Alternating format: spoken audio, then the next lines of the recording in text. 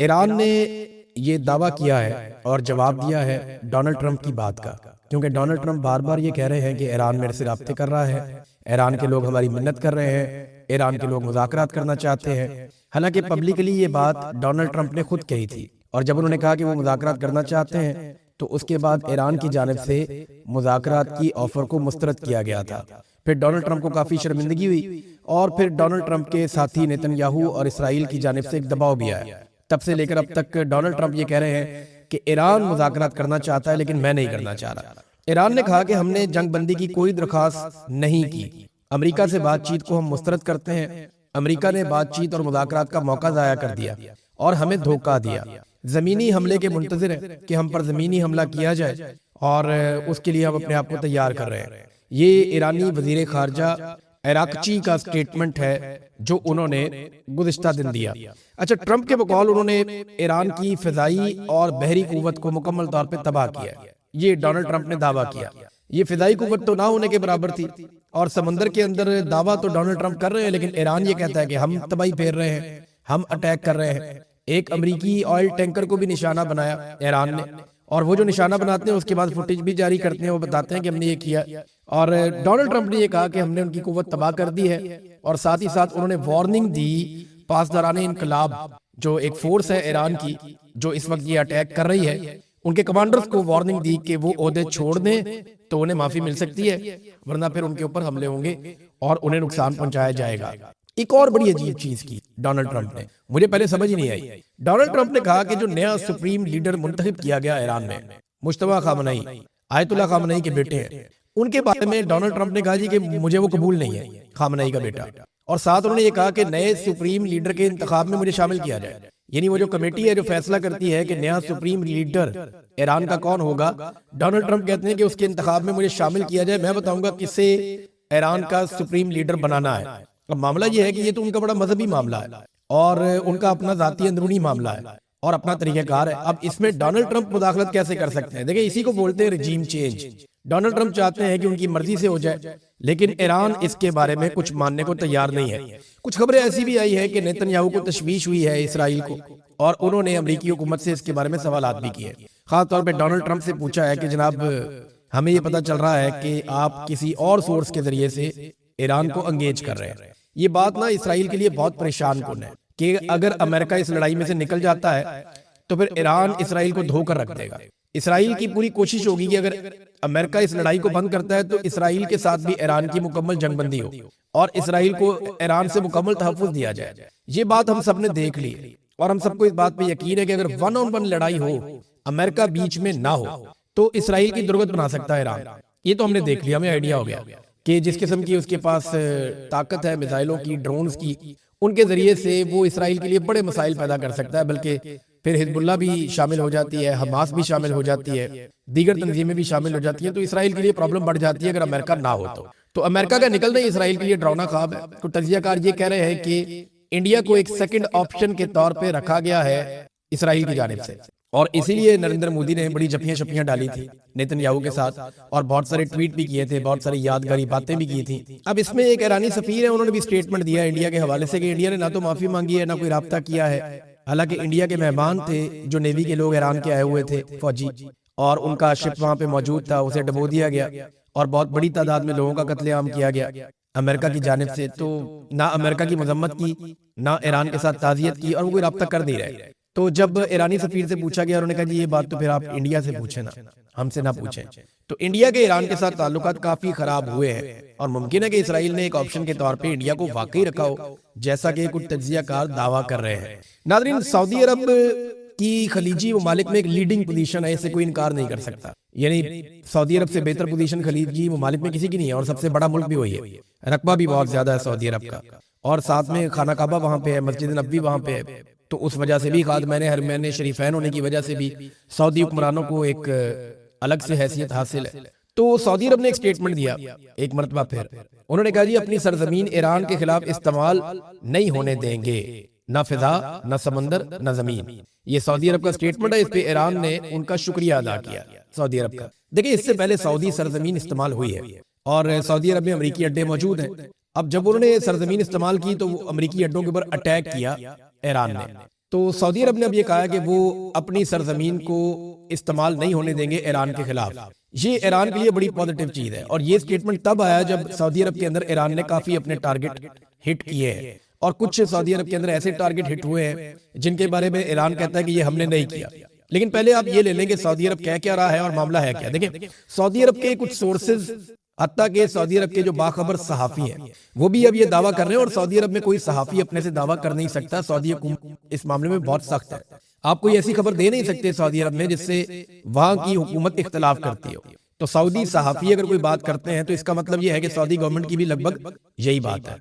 और सऊदीया के साबिक जो इंटेलिजेंस चीफ है उन्होंने भी यही बात की थी। पहले आप ये देख लें कि जो सऊदी वजीर खारजा है उनका स्टेटमेंट क्या है। वो ये कहते हैं कि इंतहा पसंद इसराइली हुकूमत अमन नहीं बल्कि तशद्दुद और तबाही की ख्वाहा है। यानी तशद्दुद करना चाहते हैं, तबाही फैलाना चाहते हैं। ये इनका अमन से कोई ताल्लुक नहीं है इसराइलियों का। और ये बात गजा में भी वाज़ेह थी। ये सऊदी वजीर खारजा का स्टेटमेंट है।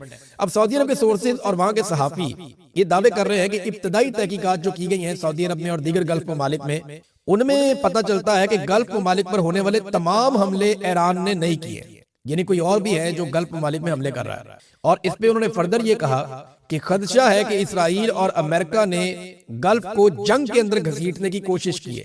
यानी ये हमले इस तरीके से किए गए हैं कि जो अरब ममालिक हैं या खलीजी ममालिक हैं या गल्फ कंट्रीज हैं, वो इस जंग के अंदर खिंचे चले हैं और उनको मजबूर किया जाए कि वो इस जंग का हिस्सा बने। ये बड़ी अलार्मिंग चीज है।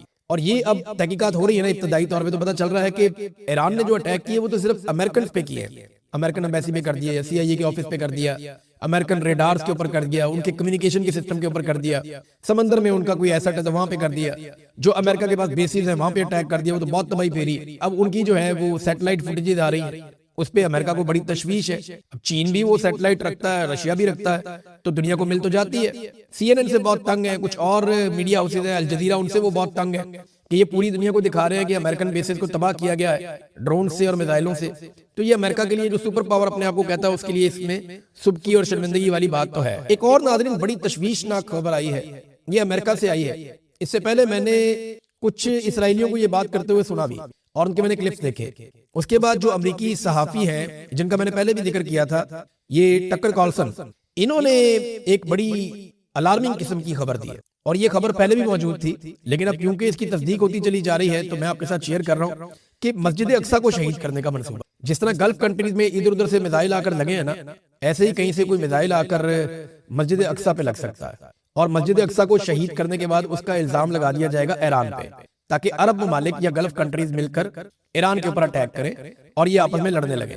और प्लान ये है कि बाद में यहाँ पे थर्ड टेम्पल तामीर किया जाए। ये अमेरिका के जो वजीर जंग है वो ये स्टेटमेंट पहले दे चुके हैं, अमेरिकन ये बारहा कह चुके हैं और ये बात इसराइली भी बारहा कह चुके हैं कि वो यहाँ पे टेम्पल तामीर करना चाहते हैं जहाँ पे मस्जिद अक्सा है, कि मस्जिद अक्सा को हटाया जाए और यहाँ पे टेम्पल तामीर किया जाए। अब इस जंग के बहाने जब ईरान मिसाइल मार रहा है तो ये किया जा सकता है, इसके बारे में दावा किया गया और ये अमेरिकी सहाफी ने ये खबर दी है। ये बड़ा अलार्मिंग है, इसके ऊपर सबको बात करनी पड़ेगी और ये रिस्पॉन्सिबिलिटी मस्जिद अक्सा की सबको लेनी पड़ेगी क्योंकि इसके साथ मुसलमानों के जज्बात जुड़े हुए हैं। ईरानी हमलों की शिद्दत कैसी है इसके बारे में मैं कुछ आपके सामने रखना चाहता हूँ, क्योंकि कुछ दावे सामने आ रहे हैं कि शिद्दत कम हुई है, तो ये बात बिल्कुल ठीक है। जब शुरू का दिन था तब ईरान ने बड़ा जबरदस्त रिटेलिएट किया था।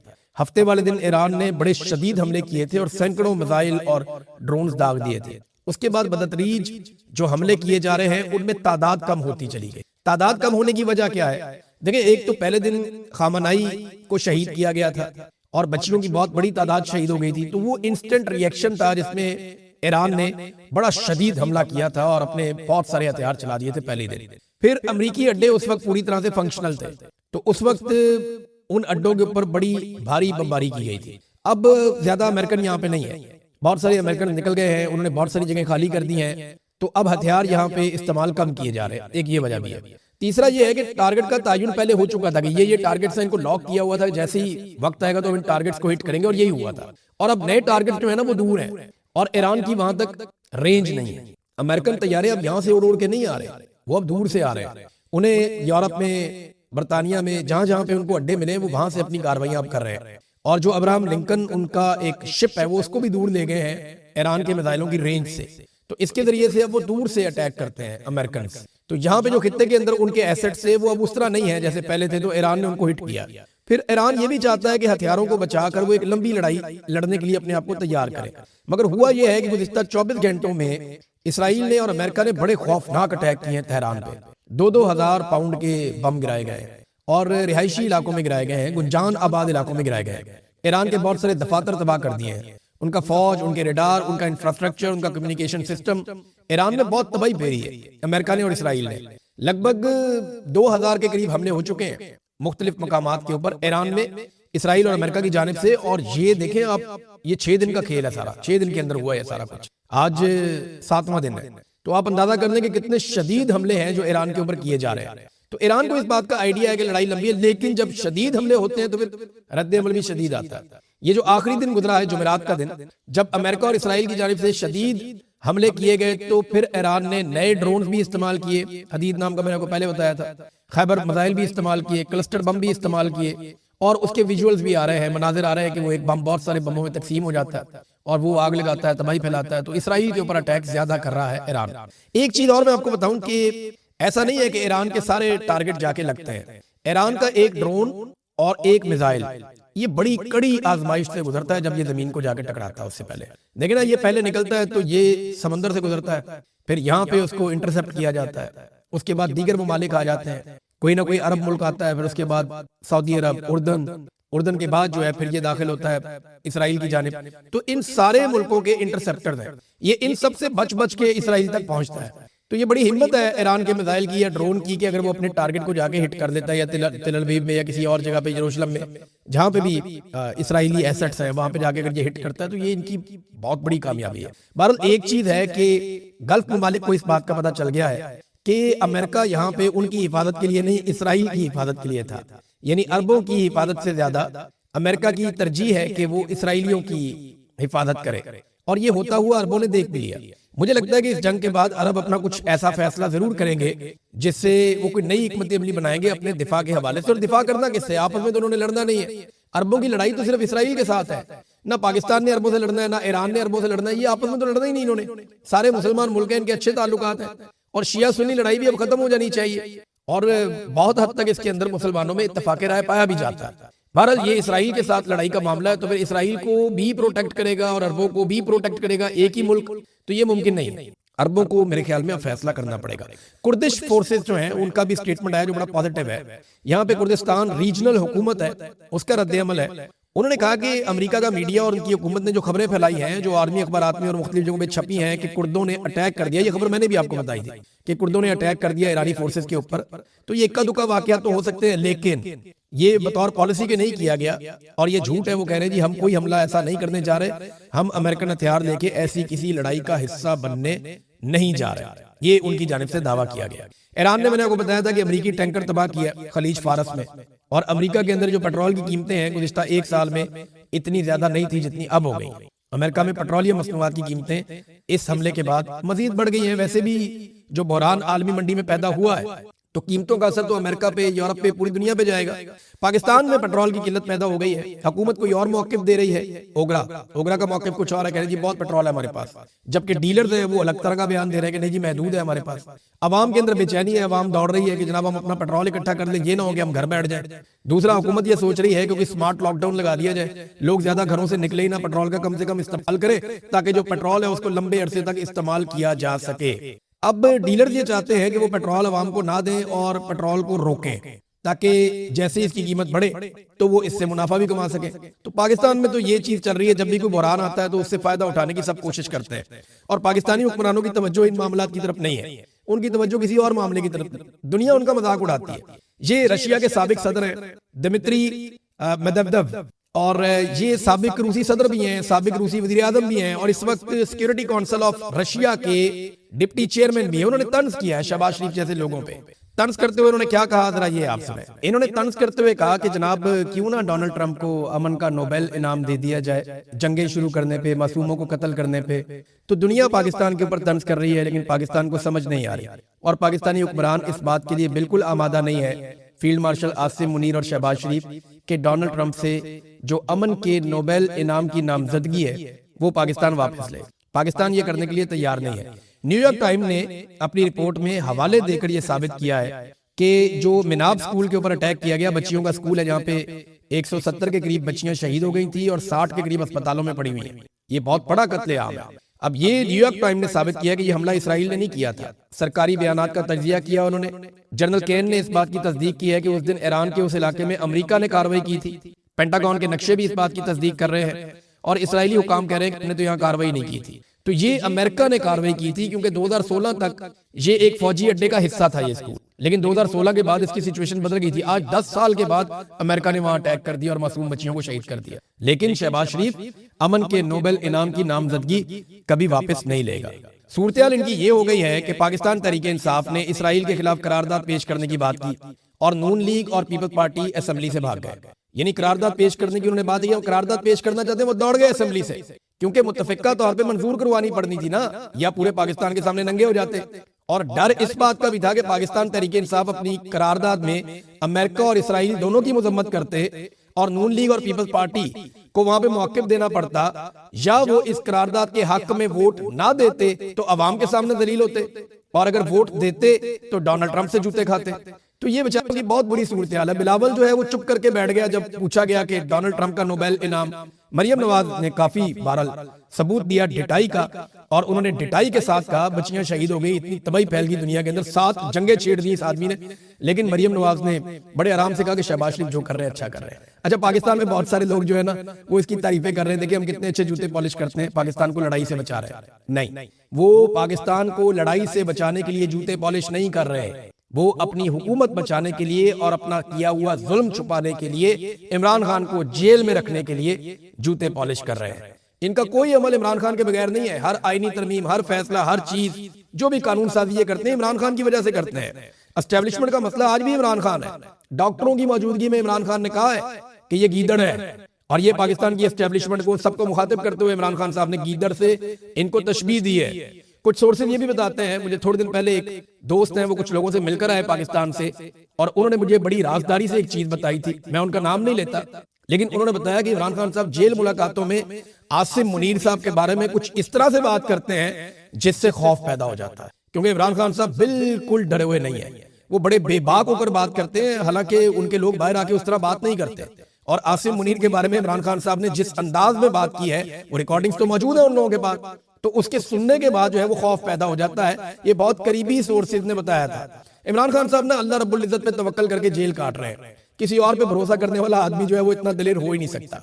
जो अल्लाह पे भरोसा करके बैठा होगा ना कि मैं ये कर लूंगा, मेरा अल्लाह पे भरोसा है, तो वही इतना बहादुर हो सकता है। आम आदमी ये कर नहीं सकता। मैं सिचुएशन से गुजरा हूं, मैं जानता हूं अच्छी तरह, ये हो नहीं सकता जब तक कि आदमी अल्लाह पे भरोसा ना करे। नाज़रीन, अब छोटी छोटी 2 खबरें मैं आपको बताऊं। एक तो ये है कि ईरान अपने मुल्क में पूरी कवरेज करने दे रहा है मीडिया को कि दिखाओ जो दिखाना है। इसराइल आलमी मीडिया को मना कर रहा है कि आप हमारी तबाही और बर्बादी जो ईरान ने फेरी है वो ना दिखाएं। एक तो दोनों में ये फर्क है। दूसरा, ईरान ने कहा है कि चाइना और रशिया हमारी मदद करते हैं। उनके वजीर खारजा ने यह बात की है, और चाइना की जानिब से, उनकी पब्लिक की जानिब से बार बार ऑफर की जा रही है एम्बेसी के स्टाफ को टेलीफोन करके कि वो अतिये देना चाहते हैं, वो पैसों के जरिए से ईरान की मदद करना चाहते हैं। तो इस पे ईरानी एम्बेसी ने बाकायदा एक स्टेटमेंट जारी किया है। उन्होंने कहा कि चीनी अवाम मुसलसल फोन करके ईरान को अतियात देने की पेशकश कर रहे हैं, जिसपे चीन में हमने शुक्रिया अदा किया। हमें इस वक्त माली मदद की जरूरत नहीं है, हम चीनी अवाम की हक पर मबनी हमायत पर उनके शुक्रगुजार हैं।